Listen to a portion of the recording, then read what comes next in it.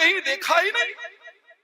और मेरी सासू कहती थी जो उसको देख लेता है वो उसका बावरा हो जाता है।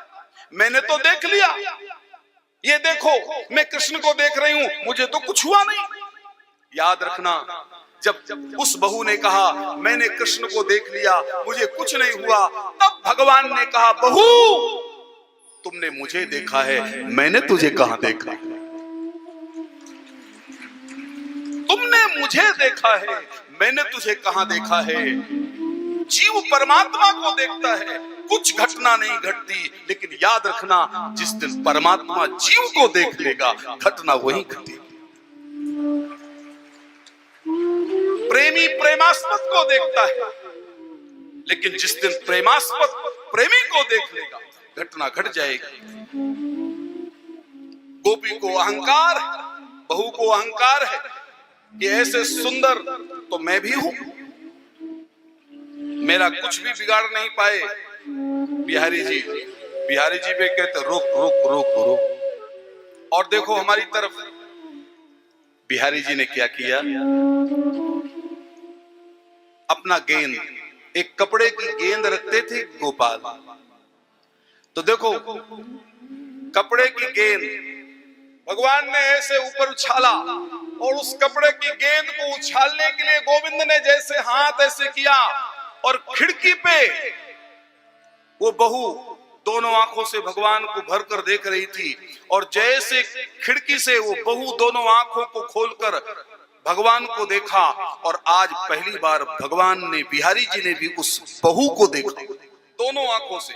आप विश्वास करना, जैसे बिहारी जी की दृष्टि बहू पर पड़ी, धड़ाम से गिरी नीचे।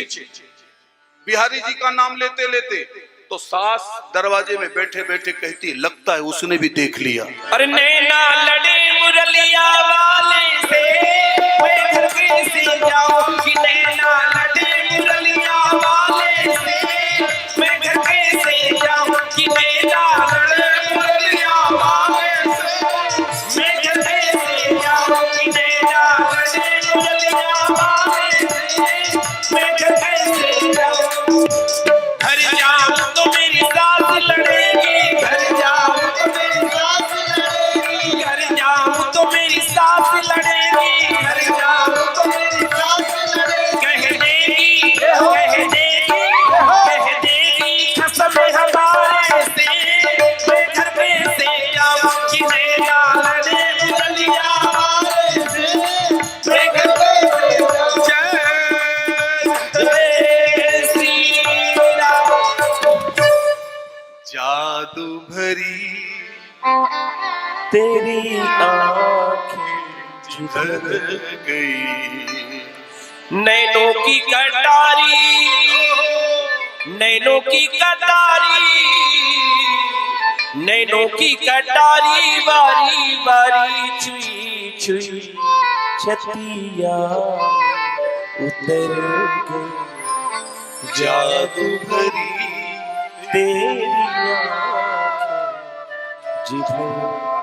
भैया हम जीवन भर भगवान को देखते रहे, हलचल कुछ नहीं होगी। हम जीवन भर भगवान को देखते रहे, हलचल नहीं होगी। और जिस दिन भगवान हमको देख लेंगे बस उसी दिन हलचल होगी। वृंदावन में सूरदास का नाम सुना है? वृंदावन में सूरदास जी भीड़ में दर्शन करने जा रहे थे। एक गोस्वामी ने कहा, ए सूरदास, जब आंखों से दिखता नहीं तो को भीड़ में धक्का खाने क्यों जा रहे हो? तो सूरदास जी तो सूरदास थे साहब। सूरदास जी ने कहा, मैं भगवान को देखने नहीं जा रहा, मेरी आंखें फूटी हैं तो मैं भगवान को देखने नहीं जा रहा। जब मैं भगवान के सामने खड़ा हो जाऊंगा तो भगवान की दृष्टि मेरे ऊपर पड़ जाएगी, तो मैं भगवान को देखने नहीं जाऊंगा। हम भी भगवान से प्रार्थना करें कि हे गोपाल,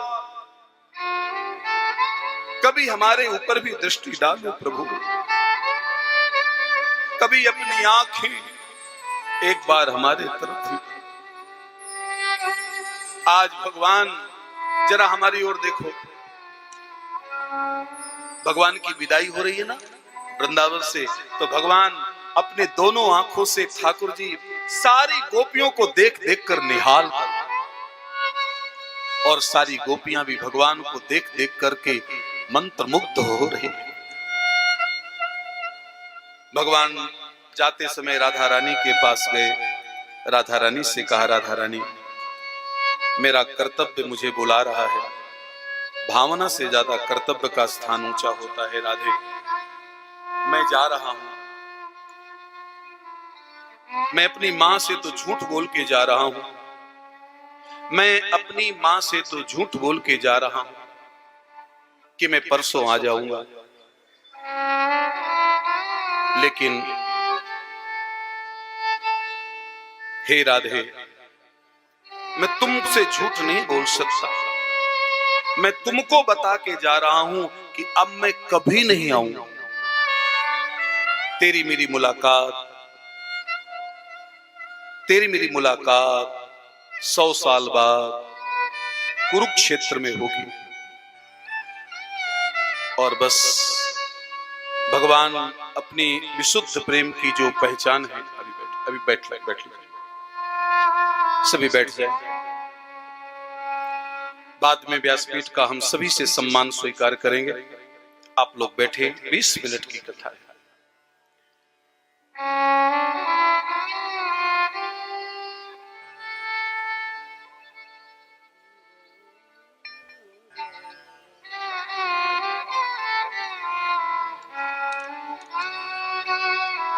भगवान विदा हो रहे हैं। वही बांसुरी,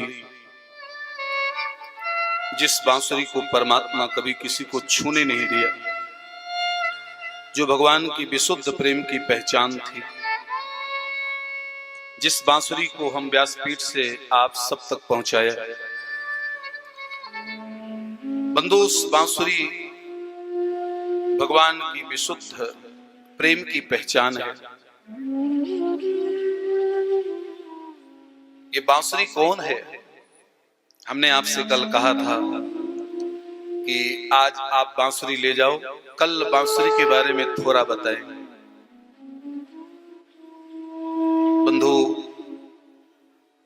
ये बांसुरी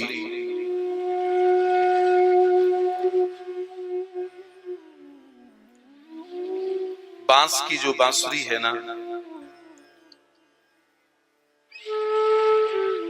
इसका अवतार है।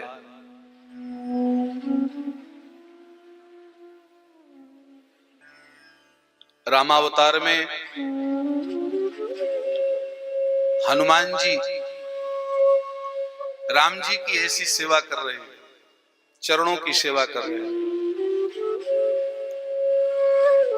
राम जी ने सोचा कि मेरी सेवा हनुमान जी ने बहुत करी, मैं हनुमान जी की सेवा करना चाहता हूं। तो वही राम जब कृष्ण बने, जब वही राम कृष्ण बने, तो वही राम हनुमान जी को बांसुरी बना करके बुलाया। क्या बना के? हमारे कन्हैया ने हनुमान जी से कहा, हनुमान जी तुमने हमारी रामावतार में बहुत सेवा करी, हमारे खूब चरण दावे, हम भी आपकी अब सेवा करेंगे, हम आपको बांसुरी बना करके बुलाएंगे। जैसे रामावतार में हनुमान जी 1 सेकंड के लिए भगवान से अलग नहीं होते थे, ऐसे कृष्णावतार में 1 सेकंड के लिए भी ये बांसुरी भगवान अलग नहीं करते। जब भगवान सोते थे तो मैया कन्हैया के पास में बांसुरी रख करके भगवान को सुलाती थी। आपसे भी प्रार्थना करूंगा, जब आप भी अपने लड्डू गोपाल को सुलाना तो वो बांसुरी को अलग मत करना। जैसे लड्डू गोपाल से तुलसी नहीं अलग की जाती, ऐसे लड्डू गोपाल से बांसुरी भी अलग, वहीं बगल में बांसुरी को भी ऐसे लिटा देना चाहिए। ये बांसुरी हनुमान जी की अवतार है। हनुमान जी ने राम जी की सेवा करी चरण दबा के। तो देखो कन्हैया कहते हैं हनुमान जी तुमने हमारी चरण दबा के सेवा करी, तो अब हम भी तुम्हारी चरण दबा के सेवा करेंगे। तो जब बांसुरी के छिद्रों में भगवान ऐसे ऐसे हाथ रखते हैं तो मानो कन्हैया हनुमान जी की सेवा कर रहे हैं।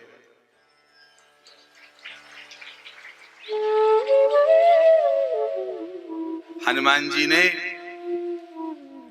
चरणों का रस पाया था रामावतार में।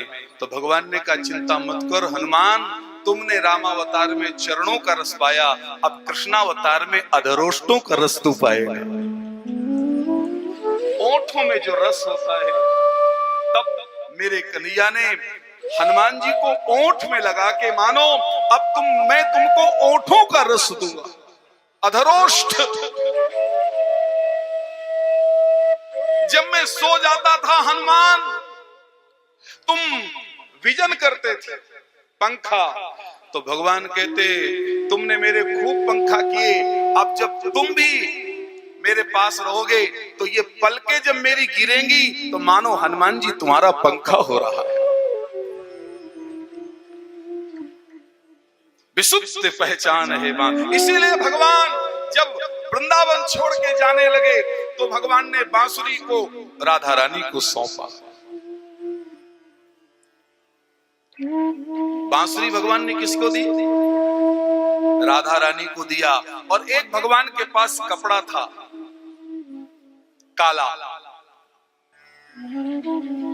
जो भगवान उसको कंधे में डाल रहते थे, काली कमली। एक भजन है ना काली कमली, है कि नहीं? अरे काली कमली वाला मेरा यार है। गाना नहीं है।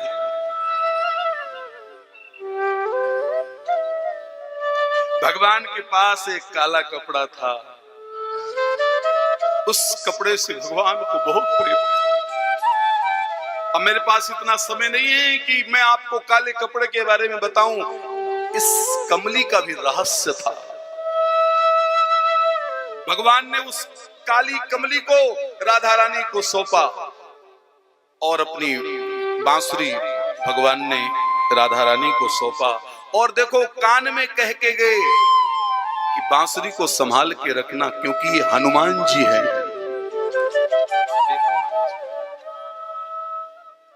अब तुम्हारी हमारी मुलाकात 100 साल बाद कुरुक्षेत्र में होगी। बस भगवान विदा हो रहे हैं।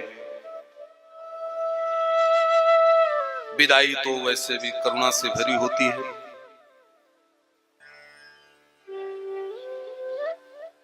राग बदल गया सारा, अब करुणा के राग छिड़ गए, बांसुरी में भी छिड़ गए और बायलन में भी छिड़ गए। राग ही बदल गए। भगवान की विदाई में सब रोने लगे। जा रहे हो तो जाओ कन्हैया, जा रहे हो तो जाओ कन्हैया, जा रहे हो तो जाओ कन्हैया। लेकिन इतना रहम करते जाओ, दिल तो पहले ही तुम ले चुके हो, अब तो प्राणों को भी लेते जाओ। एक गोपी खड़ी होके कान पकड़ के कहती है, भूल हुई क्या ऐसी हमसे, कुछ भी कहा ना हमने तुमसे, ऐसी क्या भूल हो गई गोपाल जो आप हमें छोड़ के जा रहे हैं। भगवान सब को निहाल करते हैं और भगवान अब मैया को प्रणाम करके मथुरा प्रस्थान करते हैं। मथुरा में भगवान का खूब स्वागत हुआ, फूलों से स्वागत हुआ, फूल बरसे हैं। देखो कान्हा हमारे पे फूल बरसे, देखो कान्हा हमारे पे फूल बरसे, देखो कान्हा हमारे पे फूल बरसे, ये फूल बरसे हो गुलाल बरसे, फूल बरसे हो गुलाल बरसे। देखो कान्हा, ओ देखो कान्हा, ओ देखो कान्हा हमारे पे फूल बरसे, देखो कान्हा हमारे पे फूल बरसे। भगवान की मथुरा में आरती हुई है। बंधु, आरती हमेशा विषम संख्या में करना, 1, 5, 7 जो बत्ती रखिए आरती की वो विषम संख्या में होना चाहिए। हमने आपसे कल विनती करी थी, हमारे घर में जो मंदिर है, आप अपने घर में जो मंदिर बनाकर रखे हो वहां ज्यादा भीड़ भाड़ मत करो, सीमित भगवान रखिए।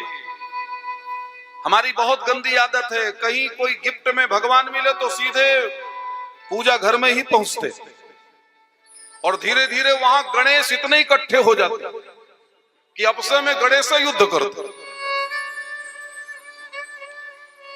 वहां क्यों पहुंचा रहे हो साहब? वो ऐसी जगह है जहां सीमित भगवान होने चाहिए। हमने एक दिन आपसे कहा था, कितने गणेश आपके घर में अच्छे लगते हैं, कितने लड्डू गोपाल, कितने सालीग्राम, ये सब बता चुके, अब दोबारा उस पर चर्चा नहीं करेंगे। लेकिन प्रार्थना है, जो मूर्तियां विषम संख्या में होना चाहिए उनको विषम संख्या में रखना, और जो मूर्तियां सम संख्या में होना चाहिए उनको सम संख्या में रखना। फिर देखिएगा हमारे घर में कितना आनंद छाएगा। कभी कभी हमारे घर में छोटी सी मूर्तियां हमारे घर में उद्वेग पैदा कर देंगी, हमारे घर में कलह पैदा कर देंगी, हमारे घर में रोग शोक पैदा कर देंगी।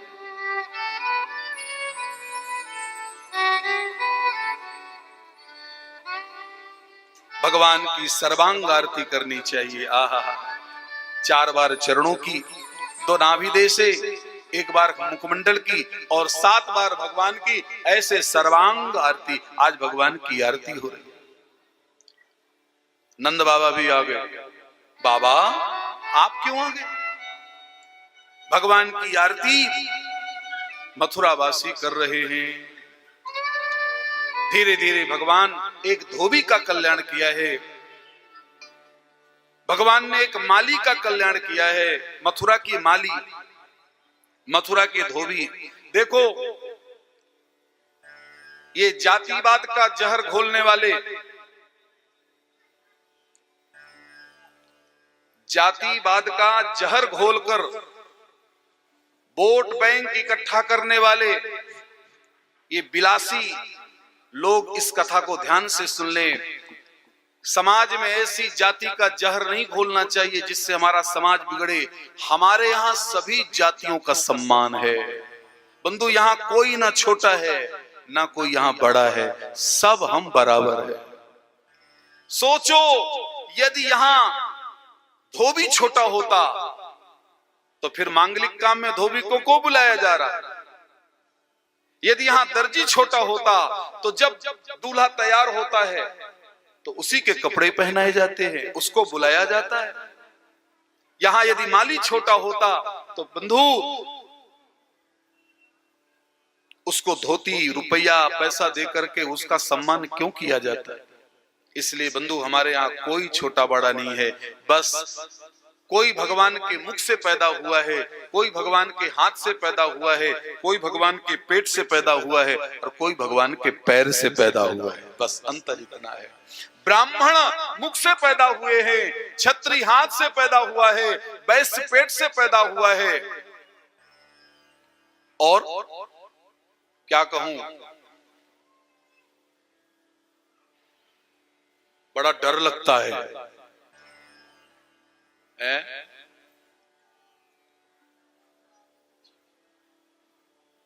छोटी जाति कहूं तो डर लगता, चलो हरिजन कह देता हूं। ए भैया, हरिजन यदि छोटा होता तो फिर पैर क्यों छूते हो? जब हम यहां से उतरते हैं तो हमारा कपार छुओ ना, आप पैर क्यों छूते हैं? इसका मतलब हरिजन भी छोटा कहां हुआ? भैया, जाति महाराज मनु ने बनाई है एक व्यवस्था के लिए, एक व्यवस्था के लिए।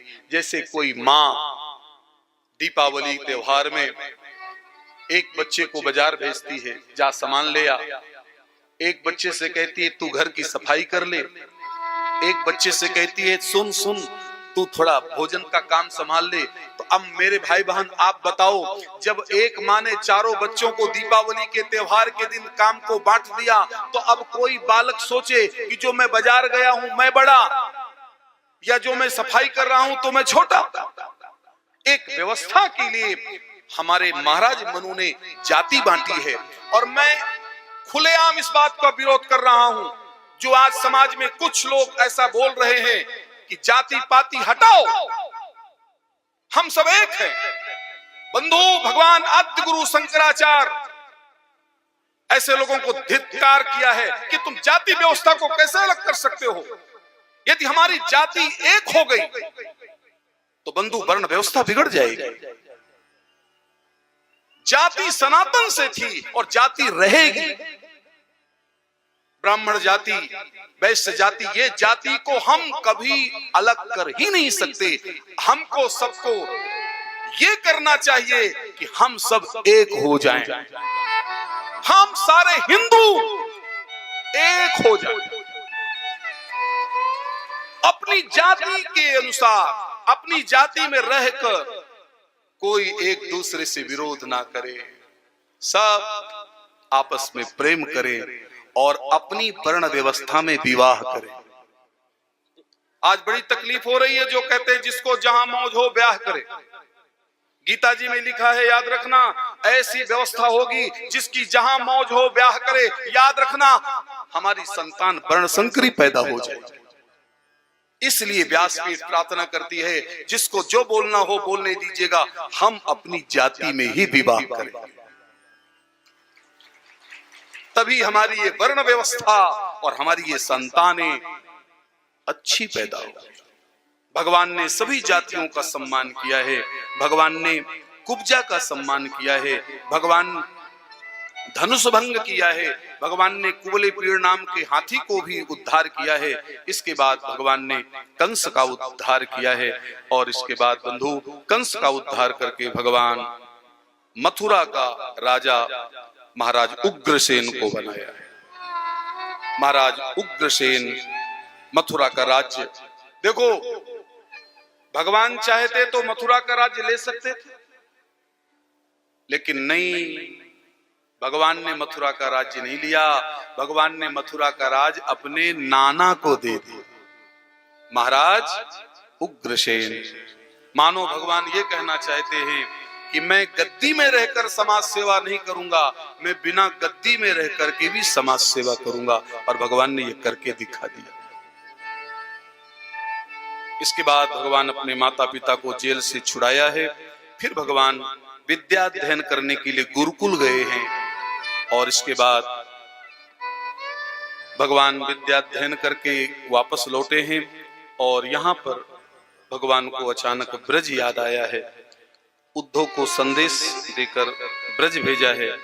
उद्धव ने गोपियों को खूब समझाने का प्रयास किया, लेकिन गोपियों ने उद्धव से खाली एक बात कह दी, क्या?